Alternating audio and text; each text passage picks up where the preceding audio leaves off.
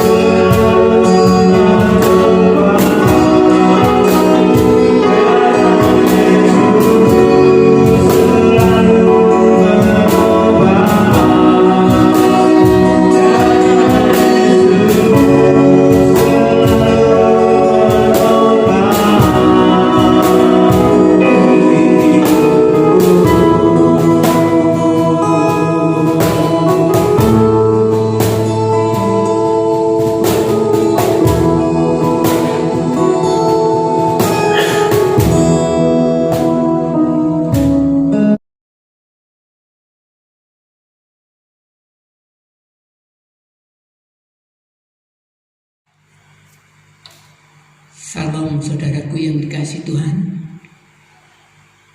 Selamat pagi. Selamat berjumpa kembali dalam ibadah di rumah kami masing-masing. Sebelumnya mari kita lebih dahulu berdoa untuk memulai dengarkan firman Tuhan. Mari kita berdoa. Bapa, kami mengucapkan syukur untuk kesempatan ini. Tuhan, himpunkan kami, keluarga kami. Kami mengucap syukur Engkau hadir di tengah-tengah kami sesuai dengan janji firman-Mu.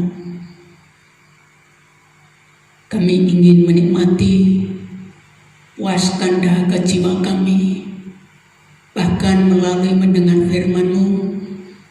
Tuhan, tolong kami supaya kami menjadi pelaku firman-Mu. Terima kasih Bapa, terima kasih.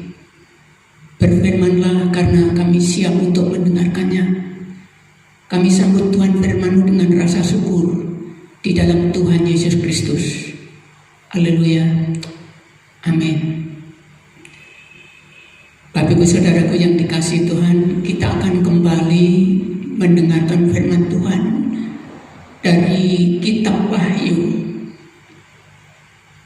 Ini seri yang ketiga, keempat, karena ada selang Jumat Agung dan juga Paskah.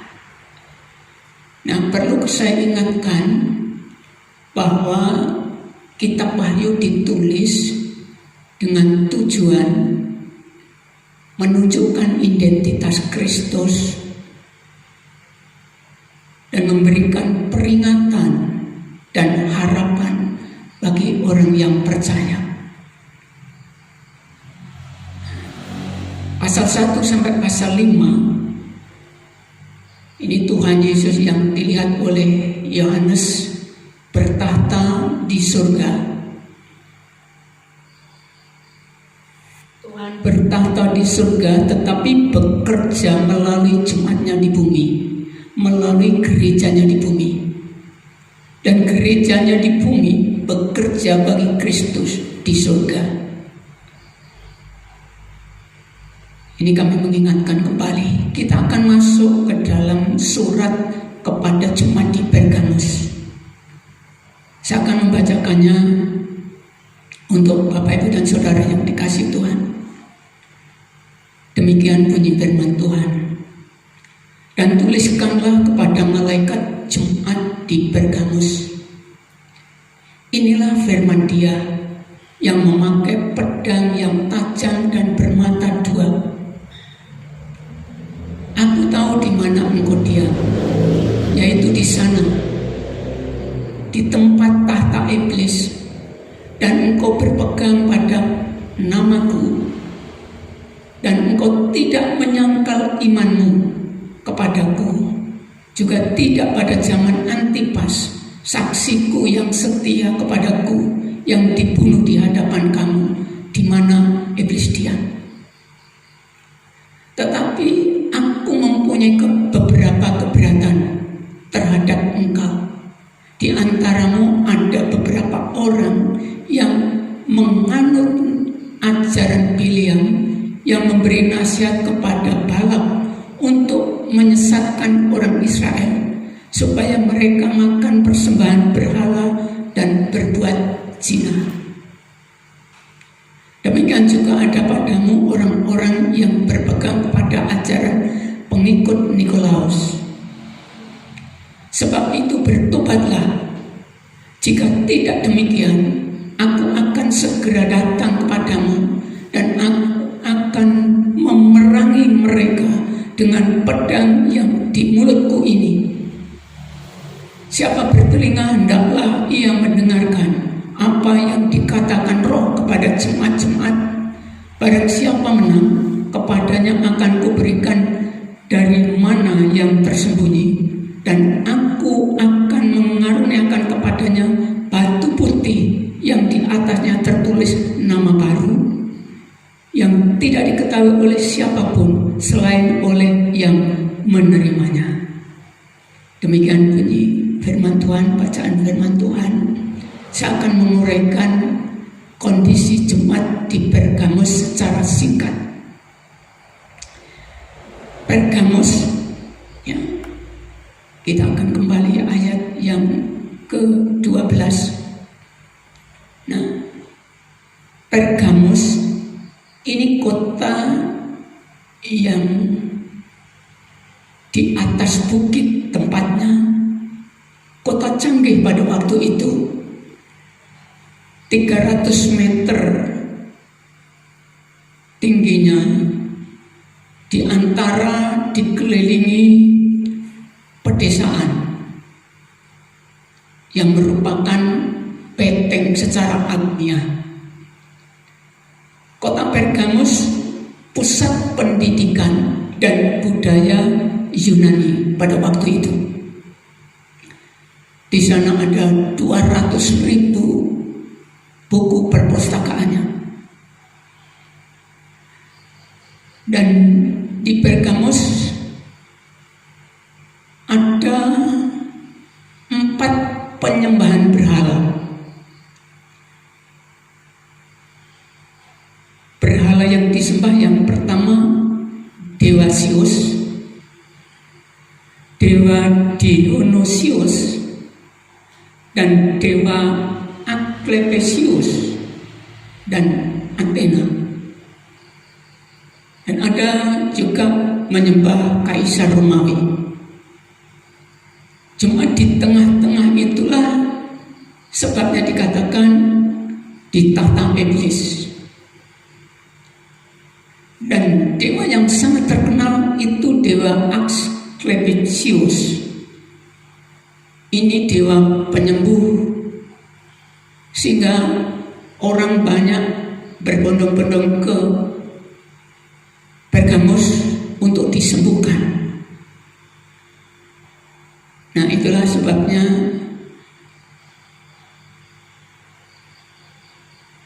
Pergamus sangat terkenal pada waktu itu.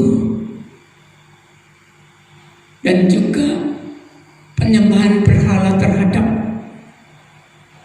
dewa Asclepius ini berupa ular. Tapi sehingga sampai sekarang simbol dari apotek itu ular, ini lambang dewa penyembuh. Kira-kira begitu. Sehingga dikatakan bahwa jemaat dihimpit kondisi seperti itu masih bertahan imannya. Tetapi ada sebagian jemaat itu yang mengikuti ajaran Belial. Nanti saya akan menjelaskan ajaran Belial itu seperti apa. Tetapi sebagian dari jemaat Pergamus setia, sebagian ada yang menyimpang mengikuti ajaran Belial. Itu yang ditegur oleh Tuhan Yesus. Mengapa Tuhan Yesus memakai pedang bermata dua, pedang tajam bermata dua? Ini simbol daripada kuasa hukuman itu. Nah, juga ada yang mati syahid di sana, yang namanya Antipas. Saya tidak mengerti siapa orang ini. Yang jelas disebut di sana dia mati mempertahankan imannya, dibunuh di depan Jumat itu. Nah, dan saudaraku yang dikasih Tuhan, kira-kira kondisinya seperti itu. Saya merasa tidak jauh berbeda dari kondisi keadaan kita sekarang. Kita hidup dikelilingi oleh orang-orang atau penyembah-penyembah berhala. Kadang-kadang orang Kristen juga tidak teguh berdiri dalam imannya. Ada juga yang hanyut ikut ajaran yang tidak benar, ajaran nenek moyang. Nah, seperti itulah kondisi kita sebenarnya, tidak jauh berbeda. Untuk itu, melalui surat kepada Jemaat Pergamus ini, ada 2 pesan firman Tuhan yang ingin saya sampaikan kepada Bapak Ibu Saudara yang dikasihi Tuhan.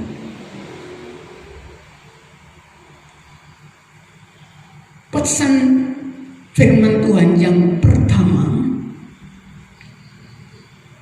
yaitu saya ambil ayat 14. Tetapi aku mempunyai beberapa keberatan terhadap engkau. Di antaramu ada beberapa orang yang menganut ajaran Bileam, yang memberi nasihat kepada Balak untuk menyesatkan orang Israel supaya mereka makan persembahan berhala dan berbuat zina.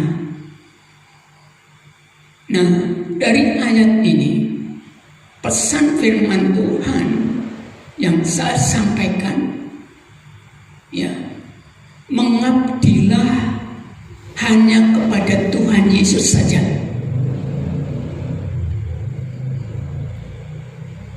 Jangan mendua. Tuhan Yesus juga memperingatkan kepada pengikut-pengikutnya di dalam Matius pasal yang ke-6. Matius pasal yang ke-6 ayat 24. Nah, tak seorang pun dapat mengabdi kepada 2 tuan, karena jika demikian ia akan membenci yang seorang dan mengasihi yang lain, atau ia akan setia kepada yang seorang dan yang tidak mengindahkan yang lain. Kamu tidak dapat mengabdi kepada Allah dan kepada Mammon. Nah, saudaraku yang dikasihi Tuhan, sebelum saya menjelaskan mengapa kita harus hanya mengabdi kepada Tuhan Yesus saja, perlu diketahui siapa Bileam ini. Mari kita ajak melihat Bileam secara singkat di dalam kitab Bilangan pasal 31. Bilangan pasal 31 ayat 16. Nah, bukankah perempuan-perempuan ini atas nasihat Bileam menjadi sebabnya orang Israel berubah setia terhadap Tuhan dalam hal Peor, sehingga tulah turun di antara umat Tuhan. Nah, saudaraku, saya akan juga melengkapi penjelasan siapa Bileam ini dalam Perjanjian Baru 2 Petrus 2 pasal 2 ayat 15. Demikian, oleh karena mereka telah meninggalkan jalan yang benar, maka tersesatlah mereka, lalu mengikuti jalan Bileam, anak Beor, yang suka menerima upah untuk perbuatan-perbuatan yang jahat. Nah, kita dukung lagi supaya pengertian kita agak lengkap. Yudas 1 ayat 11. Celakalah mereka karena mereka mengikuti jalan yang ditempuh Kain, dan karena mereka oleh sebab upah menceburkan diri ke dalam kesesatan Bileam, dan mereka binasa karena kedurhakaan seperti Korah. Nah, saudaraku yang dikasihi Tuhan, siapa itu Bileam? Bileam sebenarnya seorang nabi Allah, tetapi karena disewa oleh Balak, Raja Moab pada waktu itu, supaya mengutuki bangsa Israel. Dan akhirnya dengan rekayasa, Beliam membujuk perempuan-perempuan Moab untuk nikah dengan orang-orang Israel, sehingga melanggar firman Tuhan dan membawa penyembahan berhala, penyembahan orang-orang Moab, Peor tadi.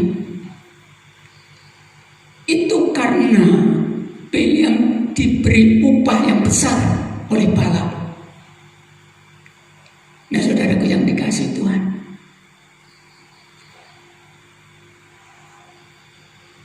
Beliam sebenarnya harusnya hanya mengabdi kepada Allah saja, tetapi dia mulai juga mengabdi kepada uang karena upah, mengabdi kepada Mammon, dan akhirnya membawa kesesatan kepada bangsa Israel. Saudaraku yang dikasihi Tuhan, saya sendiri sering introspeksi diri.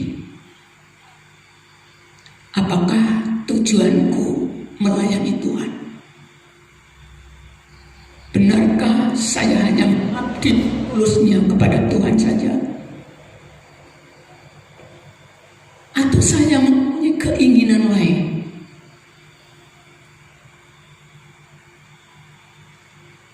Nah, Beliam ini seorang nabi,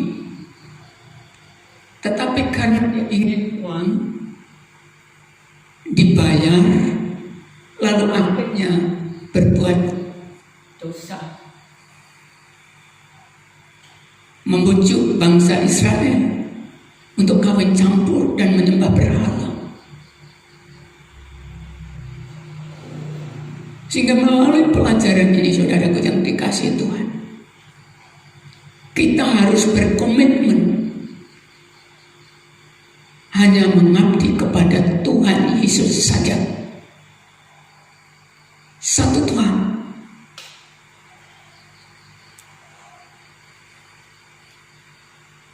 Nah, mengabdi kepada Tuhan sebagai abdi yang benar, dolos, ya, hamba, itu orang yang telah dibeli. Kita ini miliknya Tuhan. Waktu Paskah kita memperingati bagaimana Tuhan menderita bagi kita.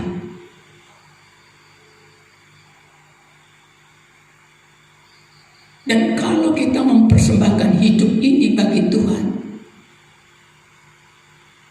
itu pun sebenarnya tidak seimbang.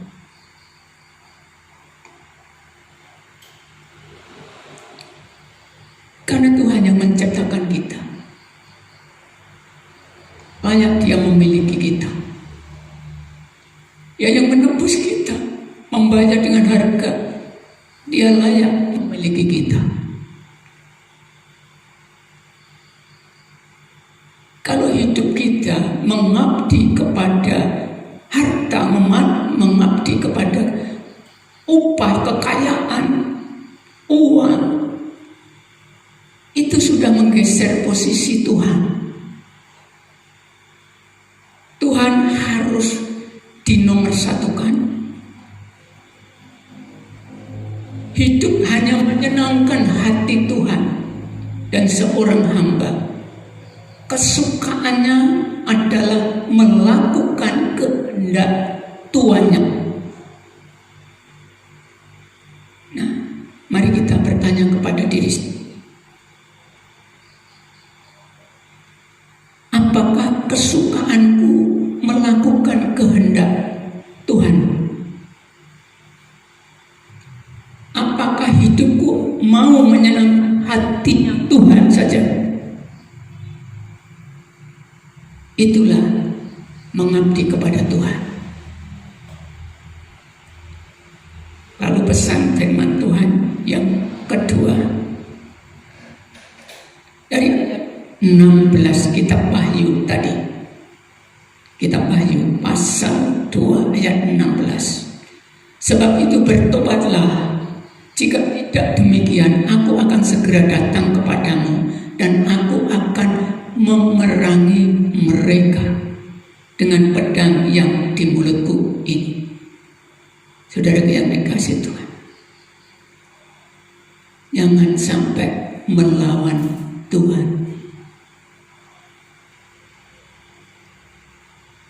Bagaimana melawan Tuhan itu? Mari kita membaca di dalam kitab Yakobus pasal 4 ayat 4.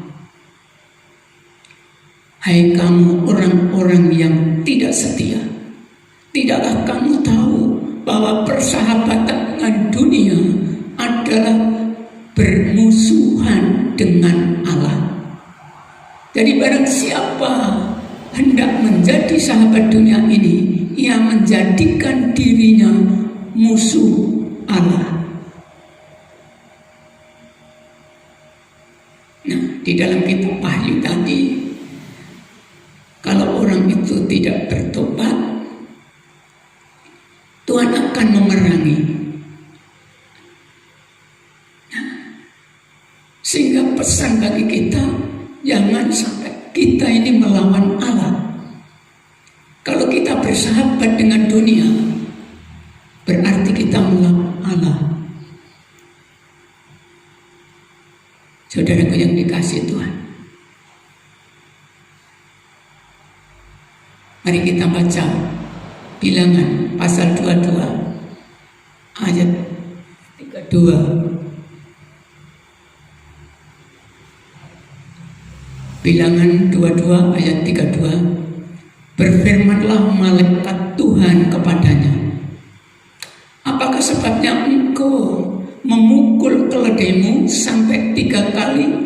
Lihat, aku keluar sebagai lawanmu, sebab jalan ini pada pemandanganku menuju kepada kebinasaan. Ini ceritanya pada waktu Biliam dipanggil oleh Balak naik keledai, lalu di tengah jalan dihadang oleh malaikat Tuhan, dan keledai itu menyimpang, dan akhirnya keledai itu dipukuli, dan akhirnya malaikat Tuhan menampakkan diri bahwa jalan yang ditempuh oleh Biliam itu menuju kebinasaan. Itu melawan kehendak Tuhan, melawan malaikat Tuhan dalam perjanjian lama. Nah, jelas saudaraku di sini, orang yang bersahabat dengan dunia adalah melawan Allah, menjadi musuhnya Allah. Kitab Wahyu tadi diperangi oleh Allah. Maukah kita diperangi oleh Allah?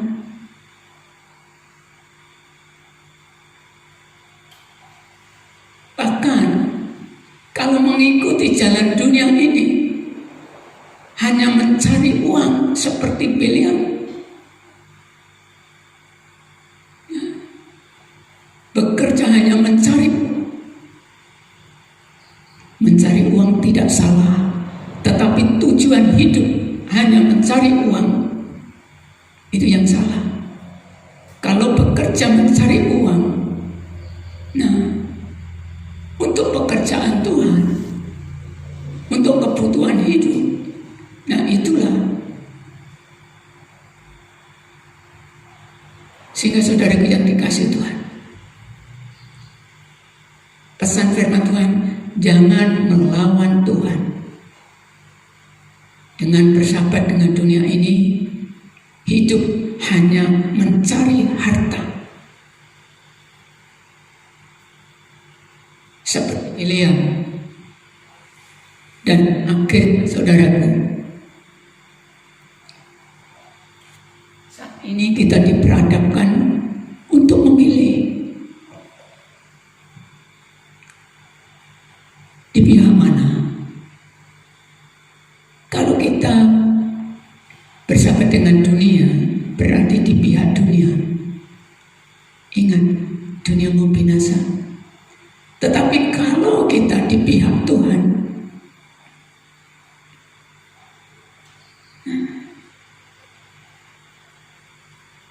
kita akan menjadi pemenang. Karena Tuhan telah menang. Kalau jadi pemenang, tadi di dalam Wahyu, barang siapa menang, kita coba, kita Wahyu.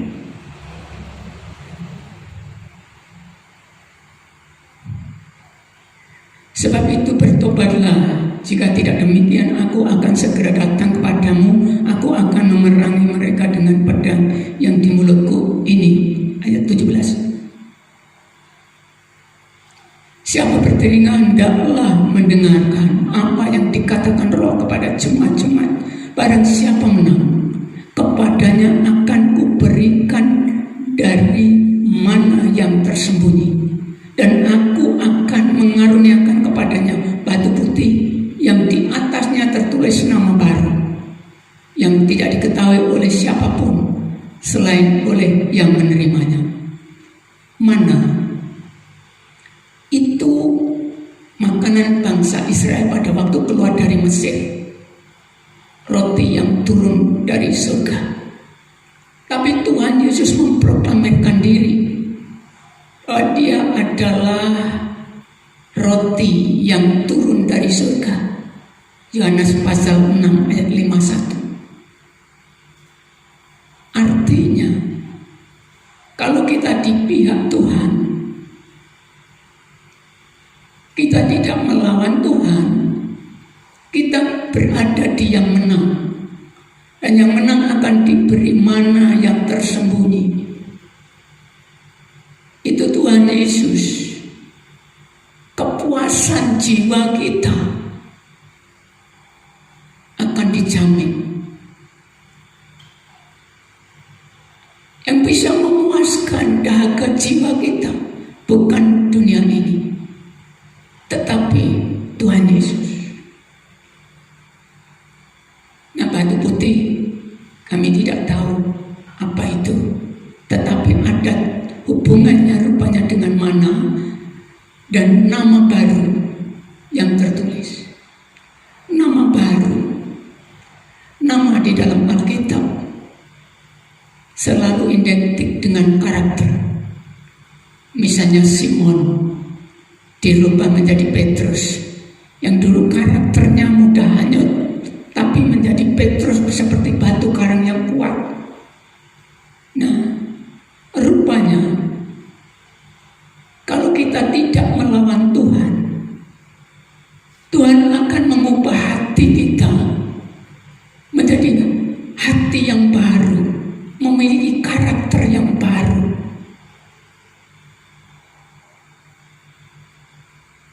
Nah, ini yang berkenan kepada Allah. Untuk itu saudaraku yang dikasihi Tuhan, saya ingin menekankan pesan firman Tuhan.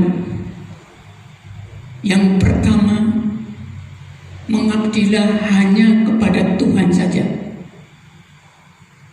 Hidup menyenangkan hati Tuhan, bekerja untuk kemuliaan Tuhan. Itulah kesukaannya melakukan kehendak Tuhan. Itu abdi yang benar, abdi mengabdi kepada Tuhan yang benar. Lalu yang kedua, jangan melawan Tuhan, jangan hanyut oleh dunia ini, jangan bersahabat, jangan kompromi dengan dunia ini.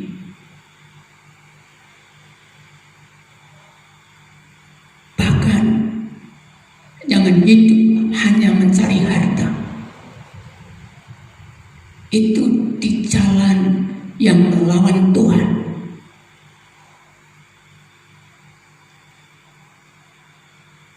Kalau kita mentaati Tuhan, mengabdi hanya kepada Tuhan saja, kita di pihak Tuhan, dan di pihak Tuhan kita akan menjadi pemenang.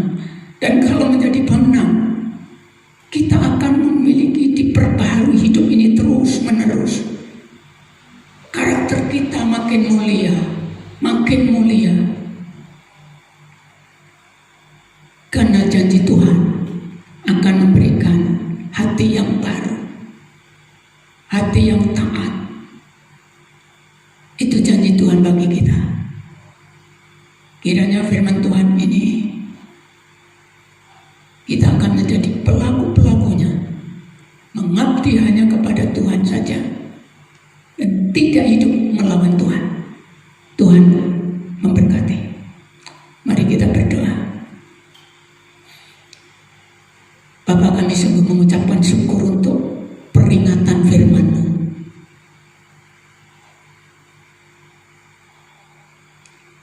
Biarlah Tuhan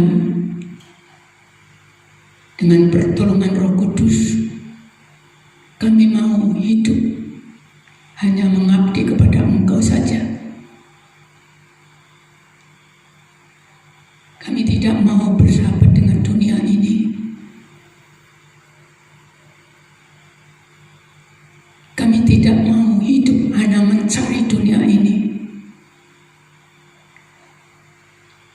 Kami mau Tuhan,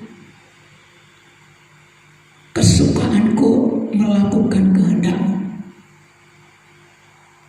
Terima kasih Bapa, terima kasih.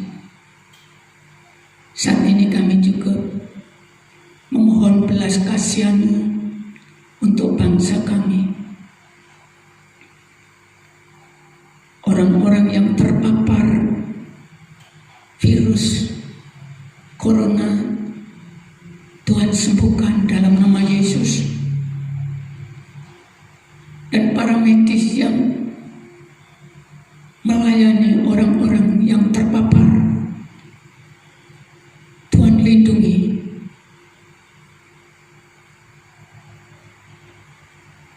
Tuhan berikan perlindungan supaya tidak terpapar. Kami juga menyerahkan aparat Bapak Presiden sampai ke tingkat RT dalam mengambil kebijaksanaan dalam mengatasi masalah ini. Tuhan memberikan kebijaksanaan.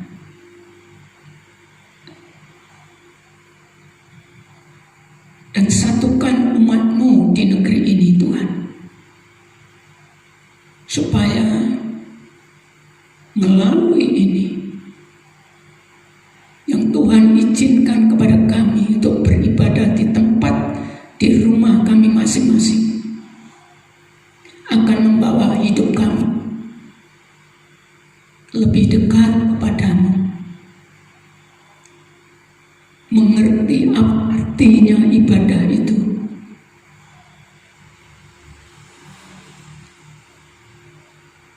dan lindungi umat-Mu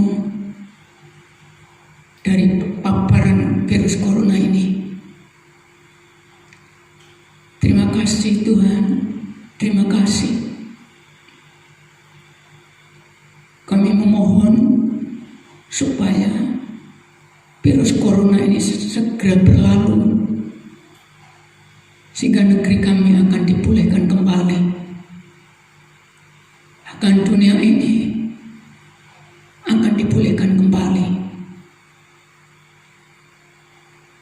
dan kehidupannya akan lebih baik, tidak melawan Engkau. Terima kasih Tuhan, terima kasih. Saudaraku yang dikasihi Tuhan, mari kita angkat tangan kita akan menerima berkat ini. Biarlah damai sejahtera Allah Bapa, kasih Tuhan Yesus Kristus, dalam persekutuan Roh Kudus akan memimpin kita, melindungi kita, menjadikan kita pemenang dalam kehidupan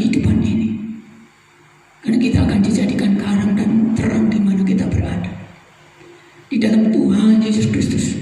Allah telah memberkati kita sekalian. Haleluya. Amin.